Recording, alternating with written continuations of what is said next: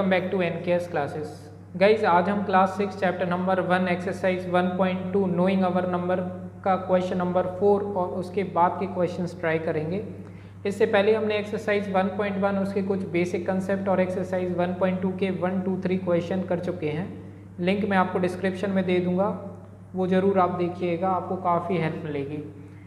देखिए question number 4 हमसे क्या कह रहा है, Kirti book store sold book worth ₹2,85,891 in the first week of June and book worth ₹4,0768 in second week of the month. How much was the sale for the 2 weeks together? In which week was the sale greater and by how much? तो देखिए साफ साफ ये कह रहे हैं कि एक कीर्ति बुक स्टोर है जहाँ पर बुक्स मिलती हैं। तो जून का जब पहला हफ्ता हुआ या फिर फर्स्ट वीक जून का फर्स्ट वीक जो हुआ उसमें इतने रुपए की इन्होंने बुक सोल्ड कर दी, इतने रुपए की इन्होंने book first week of June में बेच दी। अब जब दूसरा वीक आया तो सेकंड वीक में इन्होंने कितने रुपए की बुक बेच दी? इतने रुपए की बेच दी। ठीक है, तो अब ये हमसे क्या पूछना चाह रहे हैं, how much was the sale for the 2 week together. अब ये हमसे कह रहे हैं हमें बताओ पहले वाले वीक और दूसरे वाले वीक दोनों की टोटल कितने रुपए की बुक सोल्ड हुई हैं। तो हमें क्या करना पड़ेगा, टोटल सेल निकालने के लिए प्लस करना पड़ेगा। ठीक है, तो पहला तो हमारा क्वेश्चन ये सॉल्व हुआ। फिर इसके बाद इन्होंने बोला हमसे in which week was the sale greater. अब ये हमसे पूछ रहे हैं कि ये पहले वीक ये दूसरा वीक, इन दोनों वीक में से किस वीक में ज़्यादा रुपए की बुक सोल्ड हुई हैं। अब ज़्यादा रुपए की बुक सोल्ड हुई होंगी इसका मतलब ज़्यादा बुक भी सोल्ड हुई होंगी ना। तो पहली बात तो ये कि किस वीक में ज़्यादा रुपए की बुक सोल्ड हुई हैं। ठीक है, फिर इसके बाद इन्होंने बोला बाय हाउ मच। अब जिस भी वीक में ज़्यादा रुपए की बुक सोल्ड हुई होंगी तो वो उसके दूसरे वाले वीक के कंपैरिजन में कितनी ज़्यादा सोल्ड हुई हैं। मीन्स जिस भी वीक में ज़्यादा बुक सोल्ड हुई होंगी तो वो कितनी ज़्यादा सोल्ड हुई हैं दूसरे वाले वीक के कंपैरिजन में। ठीक है, तो हम इसको स्टार्ट करते हैं। तो देखिए सॉल्यूशन लिखेंगे, book sold on first week. तो फर्स्ट वीक में कितनी बुक सोल्ड हुई थी, ये दी हुई हैं 2 लाख। मैं लिख लेता हूँ इसके लिए 2,85,891। ठीक है, मीन्स एक तरीके से मैंने लिखा है book sold on first week, actually ये है तो प्राइस है ना, तो इसको हम ऐसे भी लिख सकते हैं book sold on first week. इसके बाद book sold on second week. Second week में कितने रुपए की बुक सोल्ड हुई हैं, तो इतने रुपीस की, तो 4,0768 रुपीस की। ठीक है, तो इसको अगर हम प्लस कर देंगे तो टोटल बुक सोल्ड आ जाएगा हमारे पास, टोटल बुक सोल्ड है ना। आप चाहें तो लिख भी सकते हैं price of book sold on first week, price of book sold on second week, total price of book sold in 2 weeks, ऐसे लिख सकते हैं हम। बाकी कोई दिक्कत नहीं है, ऐसे भी लिख देंगे, कोई दिक्कत नहीं होगी। तो हम प्लस कर देते हैं, 8 + 1 = 9, 9 + 6 = 15, तो 1 यहाँ आएगा, 5 यहाँ आएगा, 8 + 1 = 9, 9 + 7 = 16 अगेन, तो 1 यहाँ, 6 यहाँ आएगा।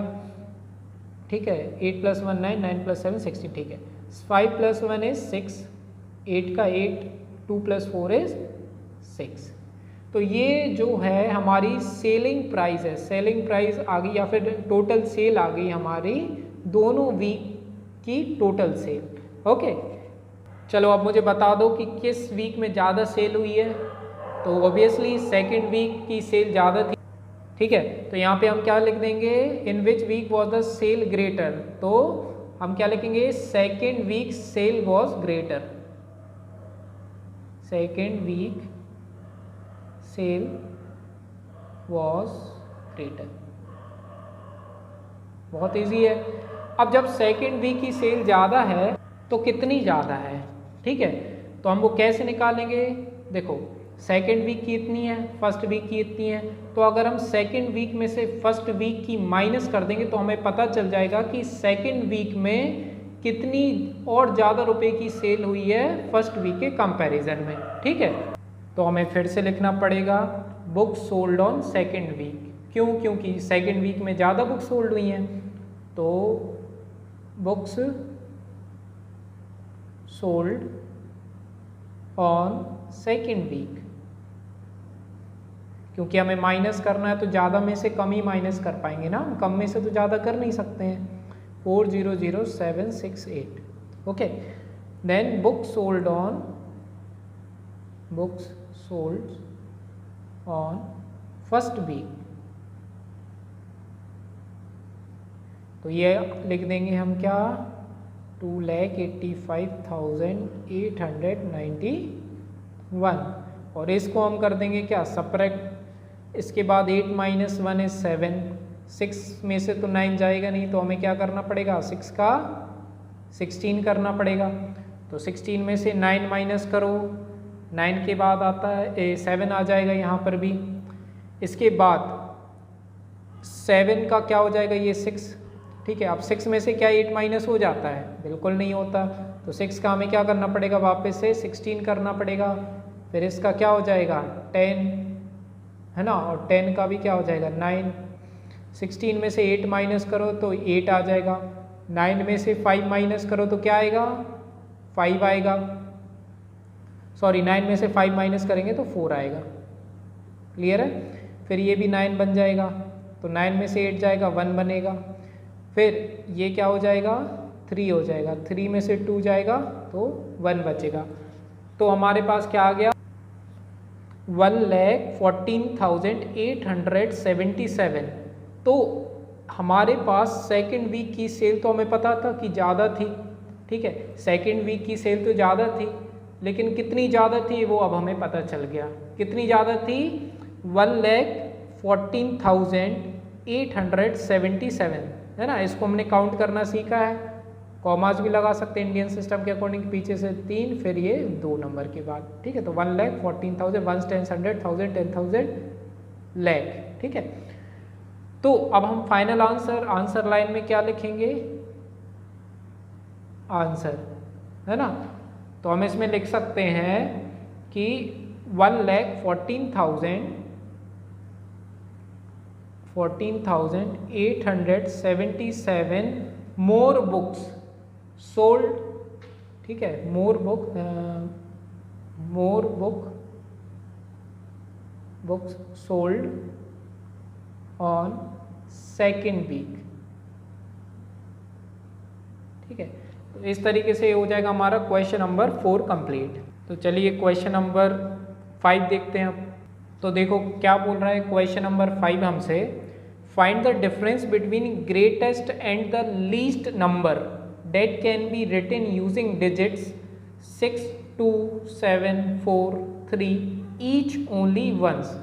तो इसका मतलब क्या हो रहा है कि ये जो हमारे पास नंबर गिवन है 1, 2, 3, 4, 5 नंबर जो गिवन है, इनसे हमें सबसे बड़ा नंबर बनाना है, ग्रेटेस्ट नंबर बनाना है इन 5 नंबर को यूज़ करके, और फिर इन्हीं 5 नंबर को यूज़ करके सबसे छोटा नंबर बनाना है, लीस्ट।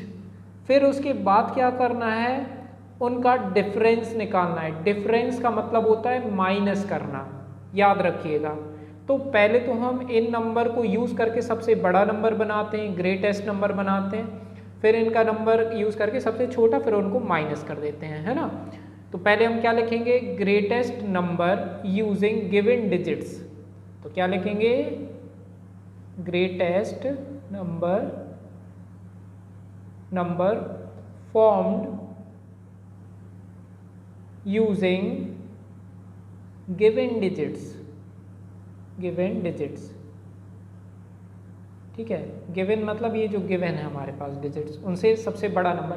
आप खुद सोचिए कि इन नंबर को यूज़ करके आप सबसे बड़ा नंबर क्या बना सकते हैं।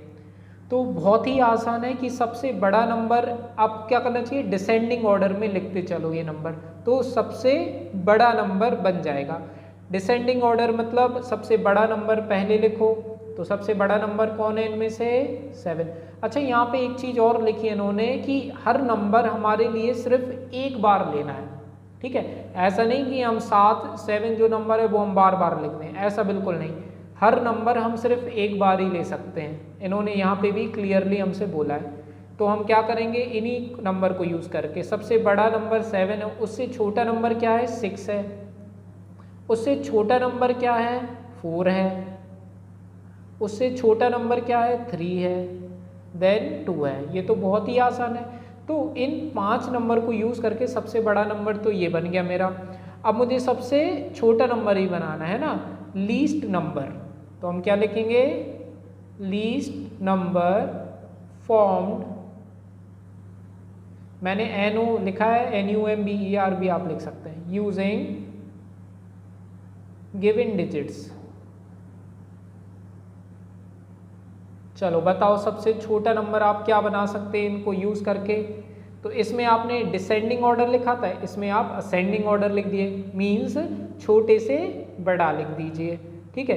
तो हमारे पास आ जाएगा सबसे छोटा नंबर जो इन 5 नंबर को यूज़ करके हम बना सकते हैं। तो सबसे छोटा नंबर कौन सा दिख रहा है हमें? 2 दिख रहा है, फिर उसके बाद 3 दिख रहा है, फिर उसके बाद हमें दिख रहा है 4, फिर उसके बाद 6, फिर उसके बाद 7। तो ये सबसे छोटा नंबर बनेगा इन 5 नंबर को यूज़ करके। अब इसके बाद हमें डिफरेंस निकालना तो हम सिंपली क्या कर देंगे? माइनस कर देंगे। बहुत इजी क्वेश्चन है, लेकिन आता भी बहुत बार है ये क्वेश्चन एग्जाम में। तो 2 में से 7 माइनस तो होगा नहीं, इसलिए हमें इसको क्या करना पड़ेगा? 12 करना पड़ेगा। अब 12 में से 7 माइनस होगा क्या? बिल्कुल होगा। कितने? 12 में से 7 माइनस करो तो आई थिंक 5 आएगा। हाँ 5 आएगा। नाउ अब ये 3 का तो 2 हो जाएगा। अब क्या 2 6 से माइनस होगा क्या? बिल्कुल नहीं होगा। तो 2 का भी हमें क्या करना पड़ेगा? 12 करना पड़ेगा। और 4 क्या बन जाएगा? 3 बन जाएगा। अब 12 में से 6 माइनस करेंगे तो आएगा हमारे पास 6। अब देखो 3 में से क्या 4 माइनस होगा? नहीं होगा। तो 3 को हमें क्या करना पड़ेगा? 13 करना पड़ेगा। अब ये 13 हो गया तो ये कितना हो जाएगा? 5 हो जाएगा, ठीक है। अब 13 में से 4 माइनस करो तो आई थिंक 9 आएगा, है ना। तो 9 लिख देंगे हम। अब 5 में से क्या 3 माइनस होगा? बिल्कुल होगा। तो क्या आ जाएगा? 2 आ जाएगा। 5 में से 3 माइनस करेंगे। 7 में से 2 माइनस करो तो क्या आएगा? 5 आएगा। तो ये हो जाएगा हमारा आंसर। तो आंसर लाइन, ये तो सॉल्यूशन था हमारा, ये मैं बार बार भूल जाता हूँ। ये सॉल्यूशन आपको लिखना है एग्ज़ाम में। इसके बाद आंसर, आंसर लाइन भी एक अलग इम्पैक्ट डालते हैं जब हम एग्ज़ाम में ये लिखते हैं। तो डिफरेंस इज ये लिखते हैं ना 52965। तो इस तरीके से हुआ हमारा क्वेश्चन नंबर 5 कंप्लीट। आते हैं क्वेश्चन नंबर 6 पर।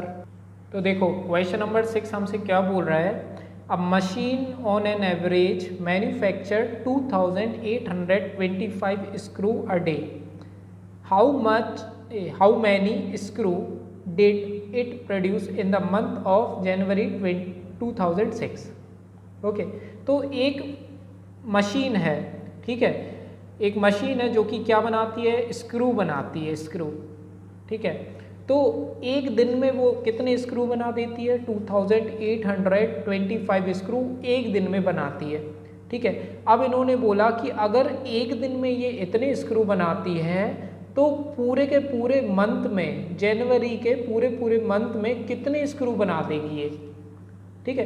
तो एक चीज़ आप ये याद रखना, कंसेप्ट है ये कि अगर हमारे लिए कोई भी चीज़ एक दिन की दी हो और हमसे कितने भी दिन की वो पूछ लें तो हमेशा हम वहाँ पर मल्टीप्लाई करते हैं।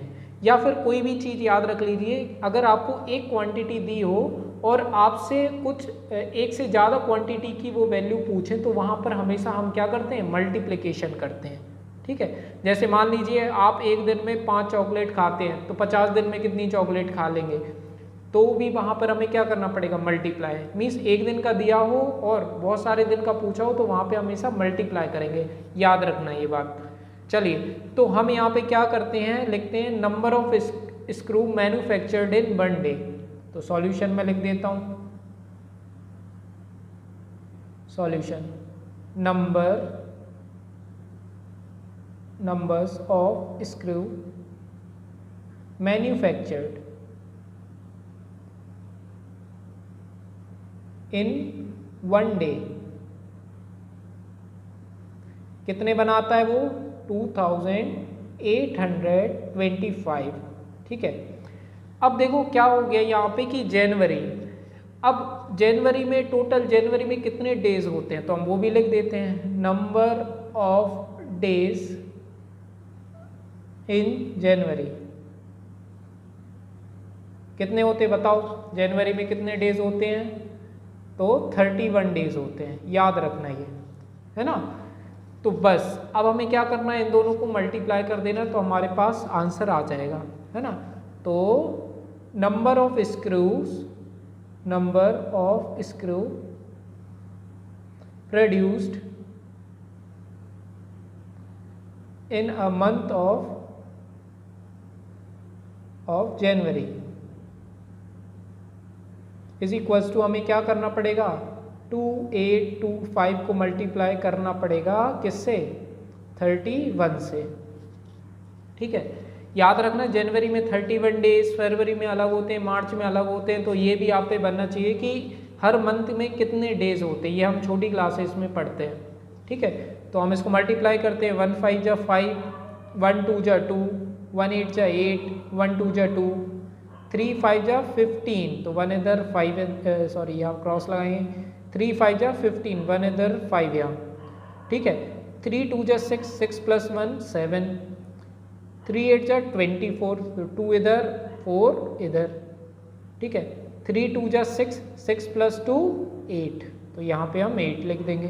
फिर हम इसको सिंपली ऐड कर देंगे, तो 5 का 5, 5 + 2 इज 7, 8 + 7 15, तो 1 इधर 5 इधर, 2 + 1 is 3, 3 + 4 7।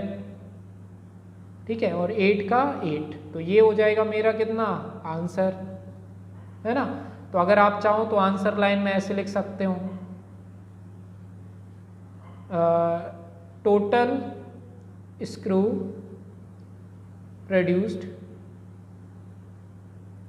In a month of जनवरी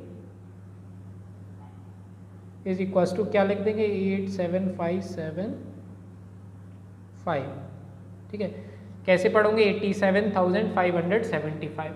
तो इस तरीके से हुआ ये हमारा question number 6 complete. Next video में करते हैं हम क्वेश्चन नंबर 7 और उसके आगे के क्वेश्चंस।